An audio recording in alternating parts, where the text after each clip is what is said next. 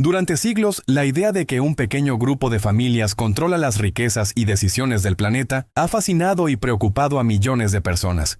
Algunos las llaman las 13 familias más poderosas, un concepto que mezcla historia real de concentración económica con teorías que hablan de redes ocultas de poder. Lo cierto es que, más allá del mito, existen grupos familiares y corporativos que efectivamente poseen una influencia descomunal sobre la economía global, los recursos naturales, la información y hasta la política. Este video busca explorar esa intersección entre poder financiero, herencias históricas y estructuras empresariales que, sin ser visibles en el día a día, marcan el rumbo del mundo moderno. Todo comienza en la Europa del siglo XIX, cuando el dinero, el comercio y la banca se consolidaron como la nueva fuente de dominio. Las grandes fortunas de entonces, familias de banqueros, industriales y comerciantes, financiaron guerras, fundaron bancos centrales y establecieron redes de influencia que aún hoy sobreviven.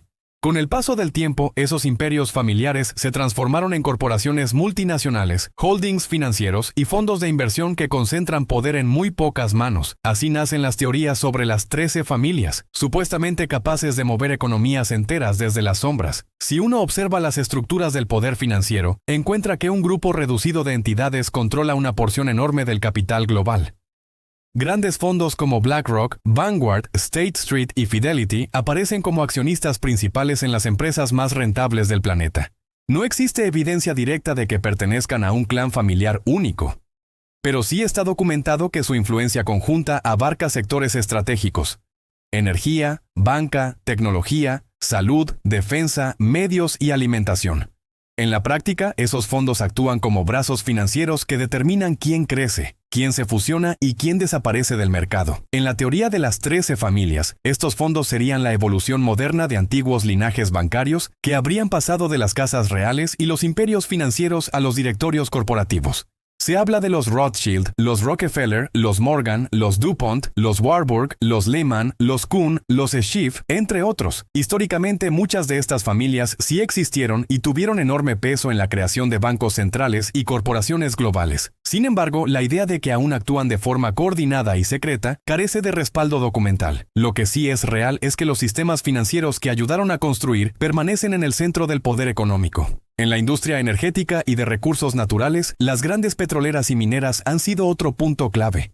Compañías como ExxonMobil, Chevron, BP o Shell nacieron de fusiones históricas donde participaron bancos y dinastías financieras. La estructura accionarial de estas empresas sigue mostrando vínculos cruzados con los mismos fondos institucionales que concentran poder en Wall Street y Londres. A través de estas redes, una élite económica tiene la capacidad de influir en precios, regulaciones ambientales, políticas energéticas e incluso conflictos internacionales. Este poder no necesita conspiraciones secretas, opera abiertamente mediante lobby, control de inversión y participación accionaria. En el ámbito tecnológico, el fenómeno es más reciente pero igual de concentrado. Gigantes como Alphabet, Apple, Microsoft, Amazon y Meta dominan los flujos de datos, comunicación y publicidad global. Los mismos fondos de inversión y bancos de capital riesgo están entre sus principales accionistas. Es decir, las corporaciones que controlan la información del siglo XXI están en parte financiadas y controladas por las mismas estructuras que dominan la energía y las finanzas.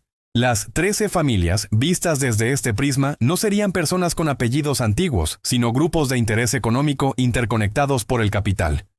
El poder de los medios de comunicación y la tecnología refuerza esta red.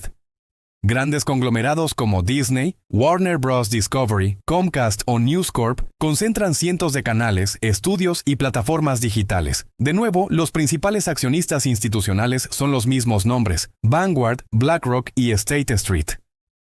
Esta repetición de actores en sectores distintos es la base que alimenta la percepción de un poder invisible. En la práctica, no se trata necesariamente de una conspiración centralizada, sino de un sistema económico que, por diseño, concentra el capital y el control de la información en muy pocas manos. Si se observa la evolución política, los vínculos entre corporaciones, bancos y gobiernos son evidentes. Las campañas políticas se financian con donaciones de grandes empresas o de los grupos que las representan. Muchos ejecutivos pasan del sector público al privado, y viceversa, un fenómeno conocido como puerta giratoria.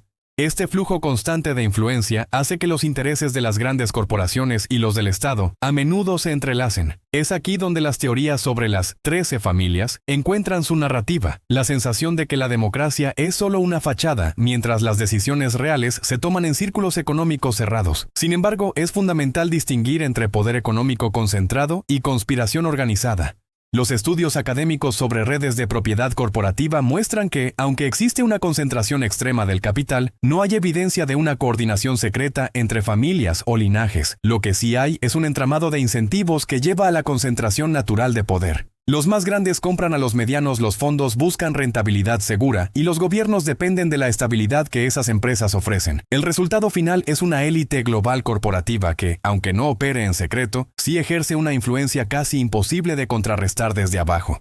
A nivel social, esta estructura genera desigualdad y sensación de impotencia. Mientras unas pocas empresas obtienen beneficios que superan el PIB de países enteros, millones de personas viven con sueldos estancados o condiciones precarias. Los mercados bursátiles reaccionan ante los movimientos de los grandes fondos, no ante las necesidades de la población. El ciudadano común percibe que todo está conectado: bancos, energía, medios, tecnología, y que las decisiones importantes se toman lejos de su alcance. Esa percepción es el terreno fértil donde florecen las teorías sobre las 13 familias.